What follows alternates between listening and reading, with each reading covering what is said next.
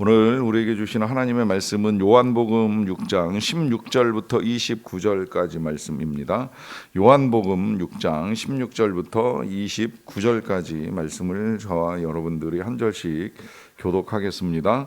저물매 제자들이 바다에 내려가서 배를 타고 바다를 건너 가버나움으로 가는데 이미 어두웠고 예수는 아직 그들에게 오시지 아니하셨더니 큰 바람이 불어 파도가 일어나더라. 제자들이 노를 저어 12월이쯤 가다가 예수께서 바다 위로 걸어 배에 가까이 오심을 보고 두려워하거늘 이르시되 내니 두려워하지 말라 하신대 이에 기뻐서 배로 영접하니 배는 곧 그들이 가려던 땅에 이르렀더라. 이튿날 바다 건너편에 서 있던 무리가 배 한 척 외에 다른 배가 거기 없는 것과 또 어제 예수께서 제자들과 함께 그 배에 오르지 아니하시고 제자들만 가는 것을 보았더니 그러나 디베랴에서 배들이 주께서 축사하신 후 여럿이 떡 먹던 그곳에 가까이 왔더라. 우리가 거기에 예수도 안 계시고 제자들도 없음을 보고 곧 배들을 타고 예수를 찾으러 가버나움으로 가서 바다 건너편에서 만나 랍비여 언제 여기 오셨나이까 하니 예수께서 대답하여 이르시되 내가 진실로 진실로 너희에게 이르노니 너희가 나를 찾는 것은 표적을 본 까닭이 아니요 떡을 먹고 배부른 까닭이로다. 썩을 양식을 위하여 일하지 말고 영생하도록 있는 양식을 위하여 하라. 이 양식은 인자가 너희에게 주리니 인자는 아버지 하나님께서 인치신 자니라. 그들이 묻되 우리가 어떻게 하여야 하나님의 일을 하오리이까. 예수께서 대답하여 이르시되 하나님께서 보내신 이를 믿는 것이 하나님의 일이니라 하시니. 아멘. 명절 설날 아침입니다. 이 설날이 되면 아무래도 이 사람을 이제 만나는 일들이 있습니다. 뭐 찾아가서 만나기도 하고 찾아와서 만나기도 하고 어떤 경우에는 오히려 이 명절날에 이제 사람을 만나는 것이 더 힘든 상황에 놓이는 분도 있으실 것이라고 생각이 듭니다.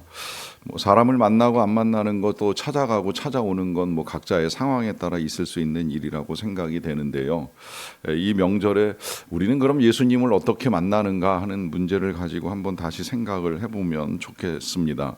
왜냐하면 이 하나님을 만나는 거 내지는 예수님을 만나는 거 우리가 일전에 주일날 말씀을 나누면서 제가 마지막 결론으로 이제 잠언 말씀을 가지고 말씀을 드렸는데 그 내용은 이 하나님을 사랑하는 자가 그 사랑을 입으며 또 하나님을 간절히 찾는 자가 하나님을 만날 것이다라고 하는 말씀이었습니다.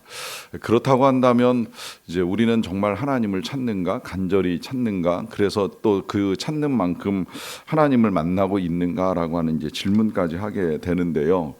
성경을 읽어 나가다 보면 그 잠언의 말씀이 정말 그러한가 하는 이제 의문이 들 때가 있습니다. 왜냐하면 성경 속에는 하나님을 만나고 또 예수님을 찾고자 하였어도 만나지 못하는 사람들의 이야기도 있고 또 거꾸로 찾지 아니하였음에도 불구하고 만남이 이루어지는 경우들을 종종 보게 됩니다. 예를 들면 뭐 이 야곱이 집을 떠날 때까지 정말 하나님을 만난 적이 있나 하는 의문이 드는데 그가 이제 이 집을 떠나서 베델 광야에서 홀로 잠을 잘 때 기도한 이야기는 성경에 없지만 하나님이 그를 찾아오셔서 만나 주시는 이제 사건이 있잖아요.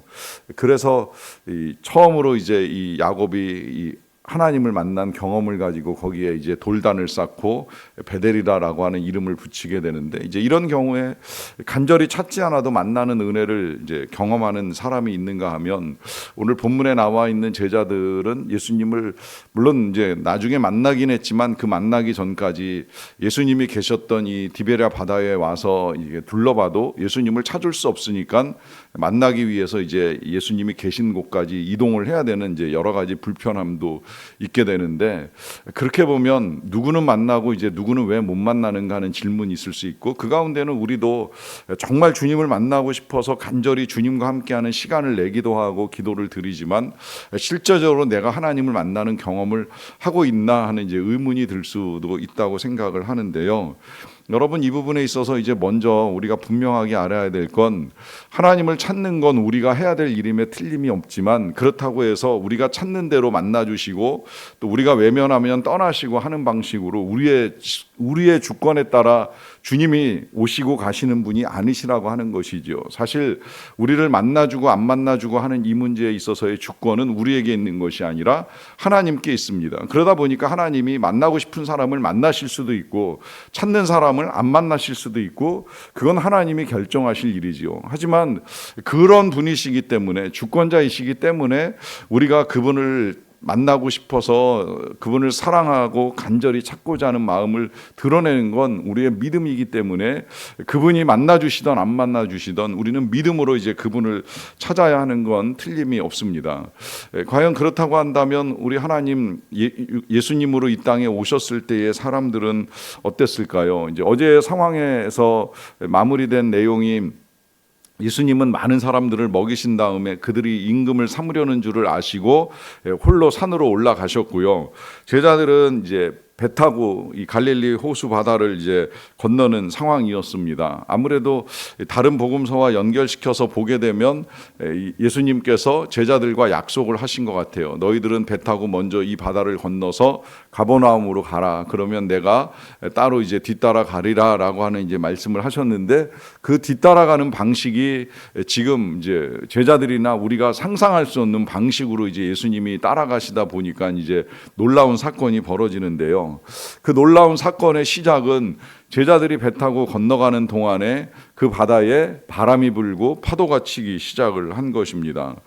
굉장히 힘든 상황이지요. 이 힘든 상황, 깜깜한 밤에 이제 방향도 알 수 없고 풍랑이 치다 보면 뱃머리가 돌아가는 일도 있게 되는데, 그 뱃머리가 돌아간 다음에는 그 깜깜한 방에 어느 방향으로 나아갈지도 모르는 이제 그런 상황에 제자들이 놓였고, 더욱 난감한 건 예수님이 보이지 않는다는 거예요. 아마 제자들이 뭐 기도를 했을지 아니면 정확하게 알 수 없지만 이런 말 정도는 하지 않았겠습니까? 예수님이 이 배에 함께 타고 계셨으면 어땠을까? 성경을 읽어 나가다 보면요, 이 제자들이 풍랑을 만나는 것이 한 번이 아니라 이제 두 번 정도로 기록이 되어 있는데, 한 번은 예수님과 함께 풍랑을 만나요. 그래서 주무시고 계신 예수님을 깨워가지고 우리가 죽게 된 것을 왜 내버려 둡니까? 라고 하면서 이제 예수님이 가라앉혀 주시는 파도를 경험하게 되는데, 두 번째 이 풍랑을 만날 때에는 예수님이 그 배에 타고 계시지 않습니다. 오늘 같은 상황입니다. 그렇다고 한다면 이 배에 있는 제자들 입장에서는 한 번쯤 그런 말을 누군가 했겠지요. 왜 이 상황에 예수님이 안 계신가? 이 상황에 예수님이라도 계셨으면 지난번 같이 이 풍랑을 가라앉혀 주시지 아니하였을까? 라고 하는 말을 했겠지요. 그러다 보니까 그들이 뭐 기도로 예수님을 찾던 아니면 혼잣말로 예수님을 찾던 어떤 형태로든 예수님을 찾는 일은 있었겠지만, 안타깝게도 그들의 눈에는 예수님이 보이시지 아니하신다라고 하는 것입니다. 그리고 오히려 밤은 깊어지고 풍랑은 거세지고 하면서 그들의 두려움이 점점 더 커졌을 터인데, 이러한 일은 우리의 인생 가운데도 얼마든지 찾아올 수 있는 일이라 하는 것이지요. 혹 지금도 내 인생이 혹은 우리 자녀들의 인생 앞으로 어떻게 될지 이걸 알 수 없어서 캄캄한 어둠 속 같은 그 풍랑 가운데 놓여 있는 분도 계실 수 있다고 생각을 합니다. 그러는 가운데 이제 예수님이 그들 가운데 찾아오시는데요.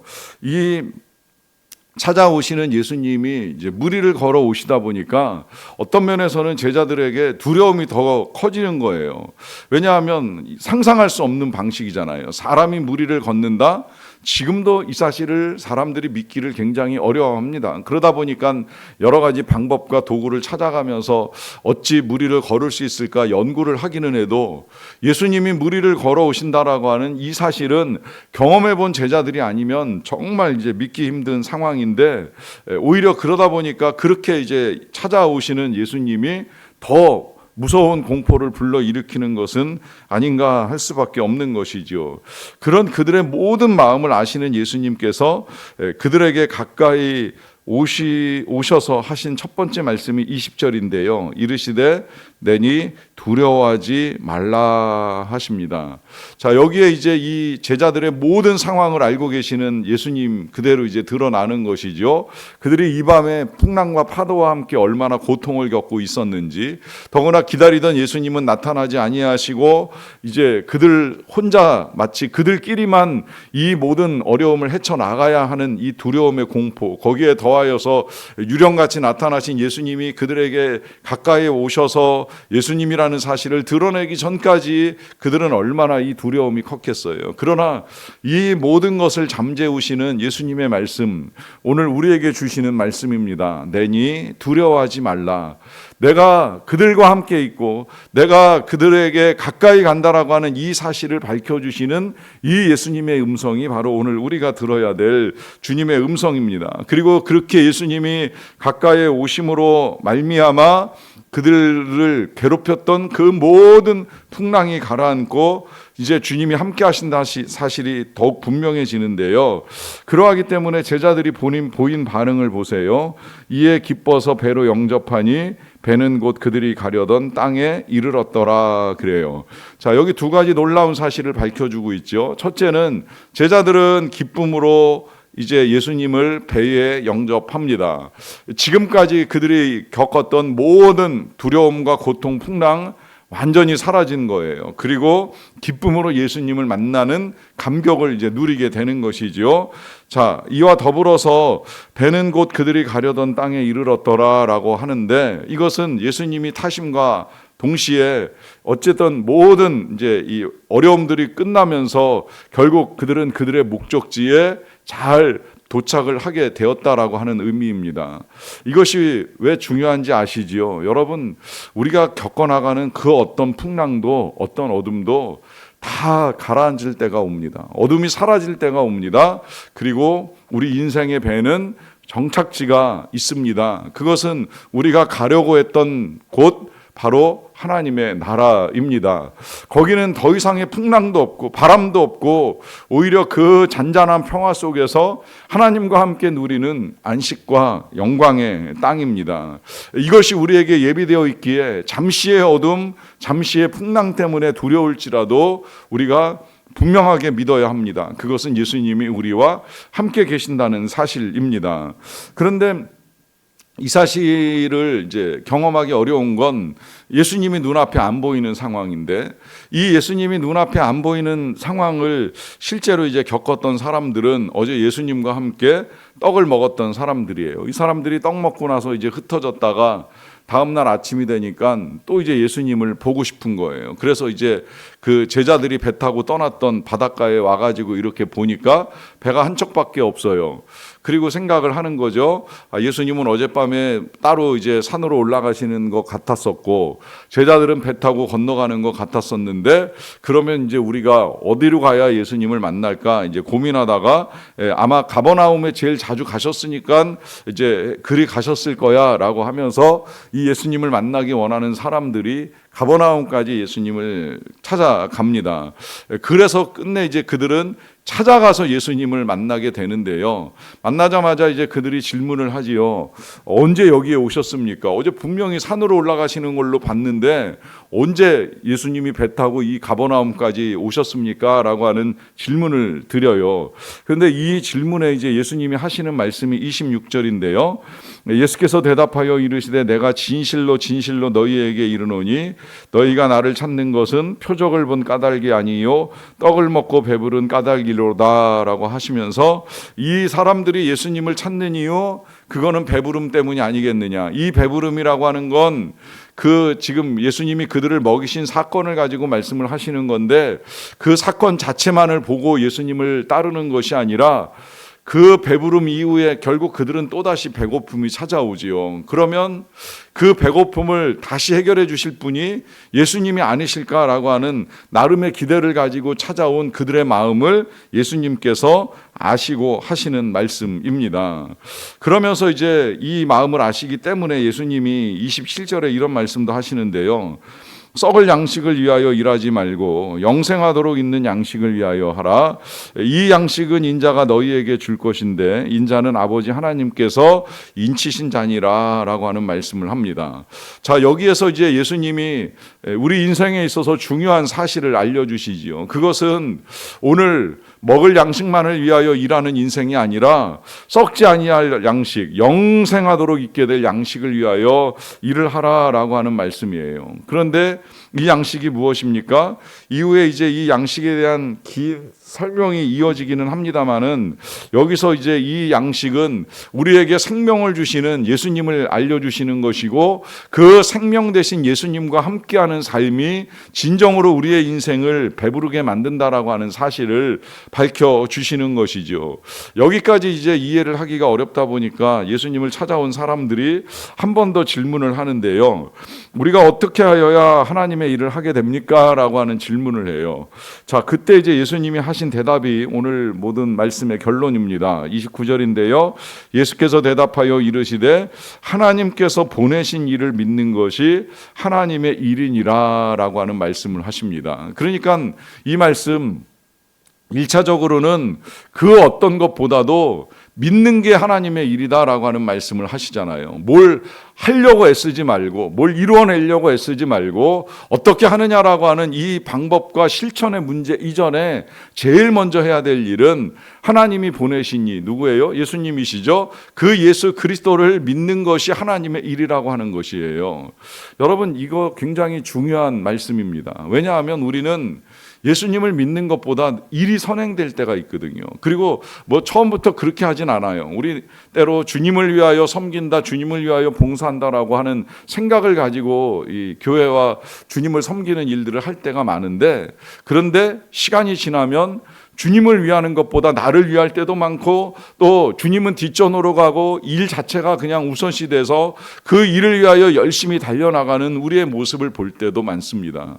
여러분, 주님을 위하여 섬기는 건 아름답고 귀한 일이지만 그러나 오늘 예수님이 그렇게 섬기는 우리들이 중요한 사실을 놓칠 가능성이 크기 때문에 당부하시는 말씀은 주님이 보내신 일을 믿는 것이 하나님의 일이라고 알려줍니다. 그럼 우리에게 있어서 중요한 건 뭐예요? 믿는 것이에요. 뭘 믿는 것이겠습니까? 주님이 우리와 함께 하신다는 사실을 믿는 거예요. 가버나움에서나 디베라 바다에서나 아니면 그 풍랑치는 캄캄한 어둠 속에서 주님이 나와 함께 하신다는 사실을 믿는 것, 거기서 더 나아가 그 주님이 우리를 먹이신다는 사실을 믿는 것, 어제 하루 떡 먹이고 끝내시는 예수님이 아니라 우리의 인생을 살아가는 동안에 있어서 늘 필요한 것들을 채워주시는 분이 우리의 예수님이시라는 사실을 믿는 것이 하나님의 일이고요. 그 공급하심을 믿는다는 말의 의미가 무엇입니까? 그건 영원하신 하나님의 사랑을 믿는 거예요. 그 하나님의 사랑 때문에 예수님이 이 땅에 오셔서 우리를 구원하신 거 아닙니까? 그 하나님이 우리를 영생하도록 인도하시는 하나님이시라고 한다면 이 땅을 사는 동안에도 반드시 우리에게 필요한 모든 것들은 넉넉하게 채워주시는 사랑의 하나님이십니다. 그러하기에 믿음을 가지고 나아가십시오. 믿음을 가지고 살아가십시오. 언제나 주님이 나를 떠나지 아니하신다는 사실을 믿는 믿음으로 어둠도 헤치고 풍랑도 헤치고 가난함도 이기고 하나님이 늘 우리와 함께 하신다는 그 넉넉한 사랑의 믿음을 가지고 이 명절 기쁘게 주님과 함께 걸어가는 저와 여러분 다 되시기를 간절히 축원합니다. 기도하겠습니다. 사랑과 은혜가 풍성하신 아버지 하나님 감사합니다. 오늘도 우리를 사랑해 주셔서 진심으로 감사드립니다. 그리하여 이 아침에도 우리가 주님과 함께 하루를 열게 하여 주셔서 감사드립니다. 하나님, 이 귀한 사실 우리가 찾지 아니하여도 찾아오시고 또 우리가 찾을 때에 더욱 기쁨으로 우리를 만나 주시며 한결같은 사랑을 우리에게 드러내 주시는 예수님 정말 감사합니다. 오늘도 주님을 믿고 나아갑니다. 주님을 의지하며 나아갑니다. 오늘도 우리와 함께 하시는 영원한 주님과 함께 이 귀한 날을 보내게 될 줄로 믿사옵나이다. 또 그 주님께서 우리에게 필요한 모든 은혜를 넉넉하게 공급하여 주실 줄로 믿사옵나이다. 우리에게 필요한 것들을 아시는 하나님께서 우리에게 있어야 될 것을 채워주시는 분이신 줄로 믿사옵나이다. 하나님, 명절 맞이하며 여러 가지 물질들이 필요한 가정에 필요한 재정을 채워주시옵소서. 여전히 건강이 필요한 환우가 많이 계십니다. 불쌍히 여겨주시고 치료하는 광선을 발하여 주시고 일어나 가족들을 만나는 기쁨을 누릴 수 있도록 도와주시옵소서. 그 밖에도 믿음의 은혜가 필요한 가정마다 믿음의 은혜를 공급하여 주셔서 이 명절에 함께 한 자리에 모여서 예배를 드리는 기쁨과 감격을 누릴 수 있도록 도와주시옵소서. 사랑의 은혜가 필요한 가정이 있사옵나이다. 불화와 다툼을 끝내게 하여 주시고 화평하게 하시는 자 예수 그리스도의